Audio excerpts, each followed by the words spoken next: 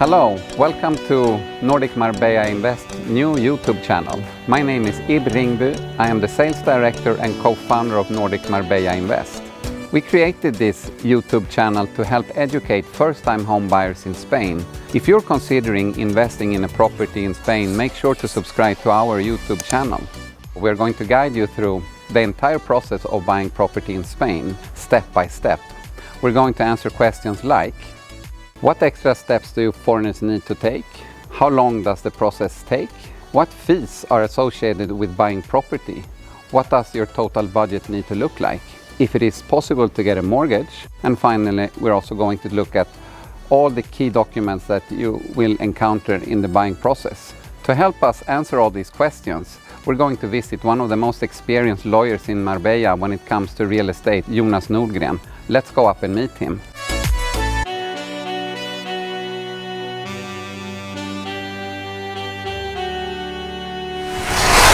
Welcome Jonas Nordgren to our YouTube channel here at Nordic Marbella Invest. Thank you. It's nice to be here. Jonas Nordgren is a Swedish lawyer who has his office in Marbella, and he's both a Swedish and a Spanish lawyer. And if you would like to get in touch with Jonas, you will find a link to his law firm in the description below. So today we're here with lawyer Jonas Nordgren to talk about the steps you need to take when buying a property in Spain. And one of the first steps you have to take is to get a NIE number. Could you please tell us?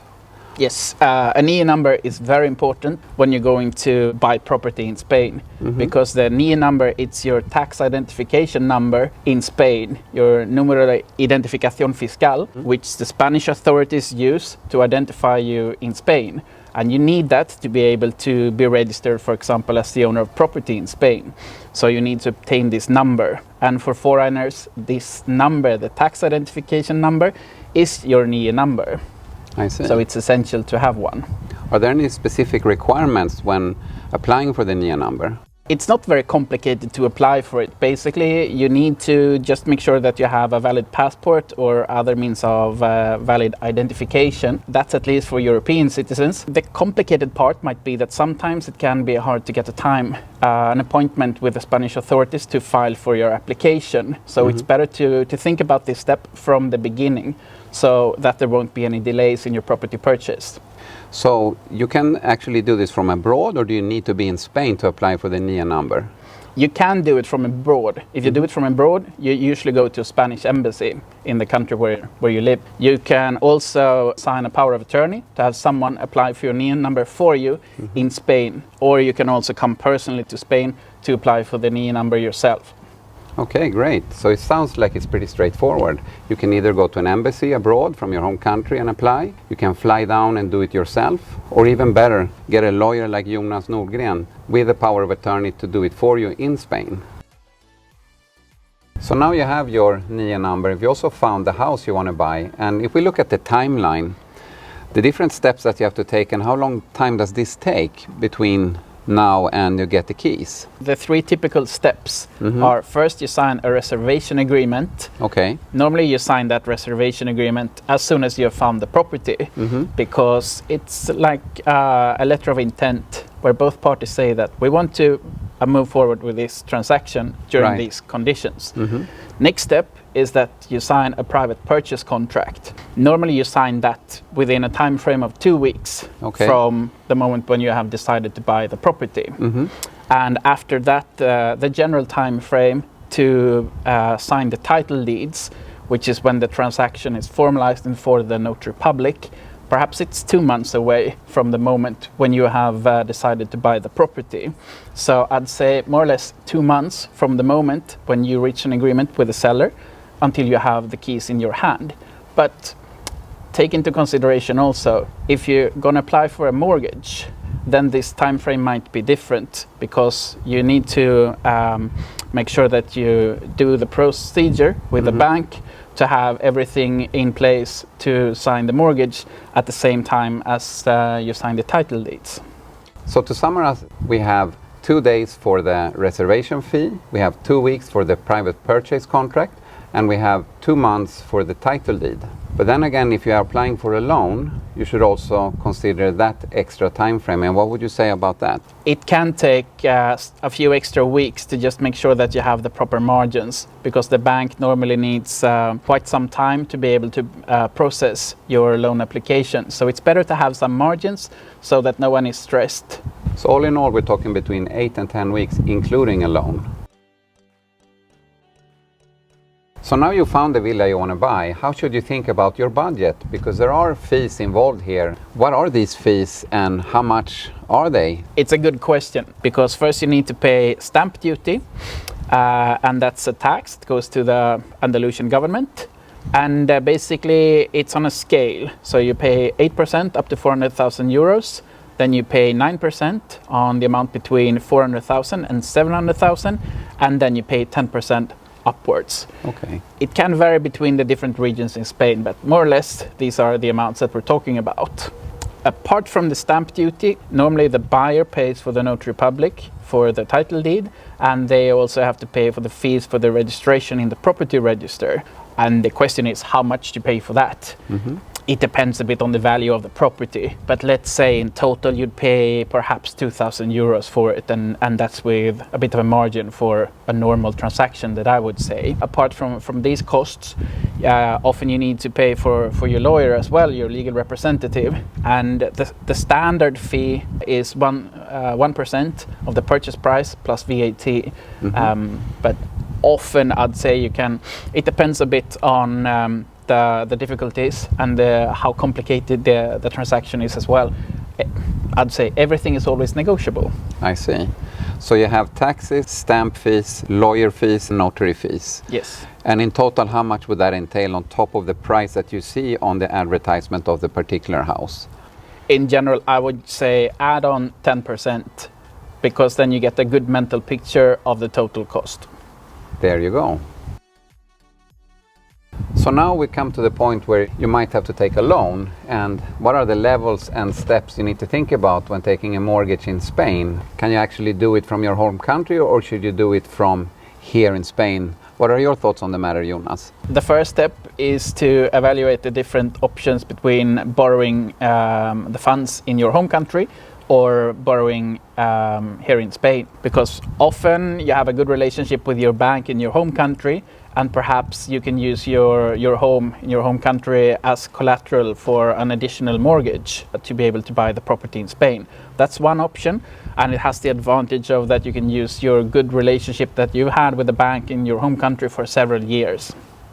And some of your banks perhaps even have a representation office here in Spain, so that they can help you buy the property here in Spain and use the home in Spain as collateral for the mortgage.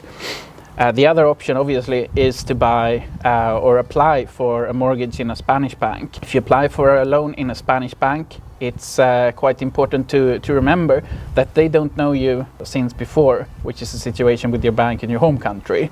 So make sure that you provide the bank with all the documents that they are asking for, to be able to give them a good and clear impression of your financial situation and convince them of how good you are as a client.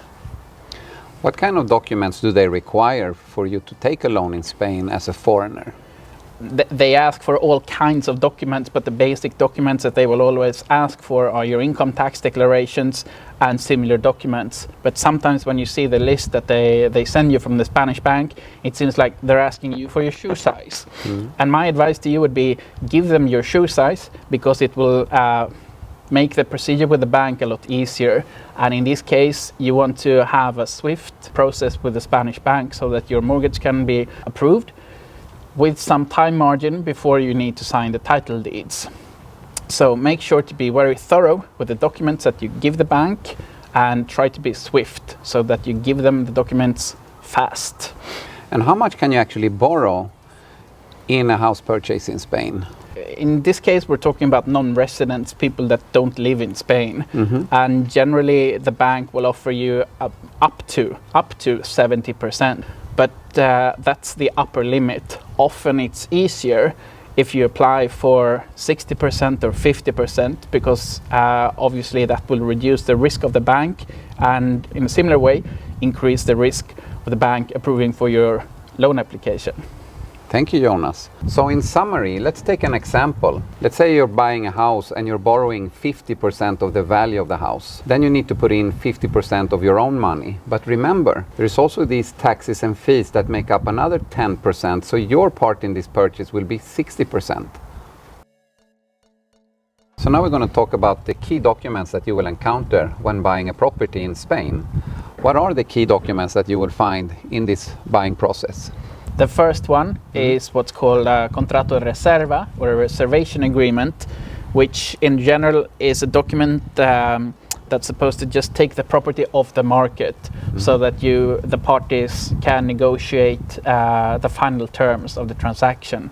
Normally it's a very general agreement. It only says the names of the parties, perhaps the price, the timeline, and the address of the property. It's a very basic document. As a lawyer, I'm not very fond of this document because it's too basic. I want it more thorough and more precise. Yeah. And that is a situation of the next document that you normally encounter, which is the contrato de arras, or a contrato de opción de compra, which is basically a private purchase contract, which is a bit more detailed contract where you specify all the conditions of the transaction. Normally, if the contrato reserva is just one page, this document perhaps is 6 or 7 pages. And it includes all the details of the transaction. After that, you might encounter a document which we could call a technical report, which is something that I, in general, advise my clients to do a technical report of the property that they're buying. And it's good to do it as soon as possible, because now we have a great sunny day, the sun is shining, but often it's good to do a technical report to just check that the building is in a good condition and that you won't have problems with humidity or things like that, because today the sun is shining, but sometimes it rains, and it rains a lot. So better be safe than sorry, and have a technical report. And also try to do the technical report as soon as possible, just to be able to cancel the contract if there would be some issues with the property. Then you better include a certain clause about it in one of the reservation agreement or the private purchase contract. After that, perhaps you might encounter another document, which is basically a valuation, una tasación, of the property, which is the official valuation of the property, which is made by a special building engineer. It's necessary when you apply for a mortgage. That's when you will need it. And the legal system in Spain won't respect the valuation made by a real estate agent for a mortgage. Then you need to have this kind of official document which has been drawn up by a building engineer. And the final typical document that you will probably encounter in your procedure of buying a property in Spain is the title deed. The title deed is an official document that is signed before a notary public in accordance with the Spanish legal requirements for a property transaction. It includes all the property details, the details of the parties. It includes detailed information about how the payment has been made, and also the notary includes special writings there with advice to the parties regarding the taxes. The notary normally has an extract from the property register, so that everyone can know that no one else is buying this property at the same time. Being original from Sweden, where the formalities are quite different, I do prefer the Spanish system with a notary public, which we don't have in Sweden. But the Spanish system in this way offers extra security from my point of view, at least. Thank you, Jonas, for that description of all the key documents that you need.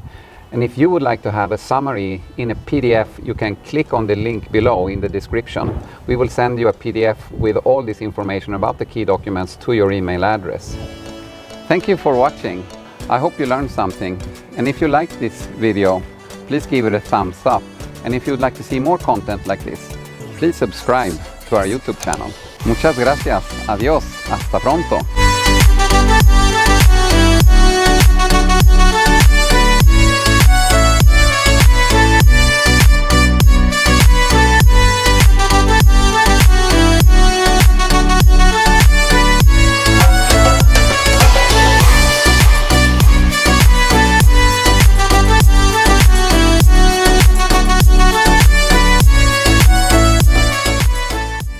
lämnat det här nu och så är det så här varmt och skönt. Ja.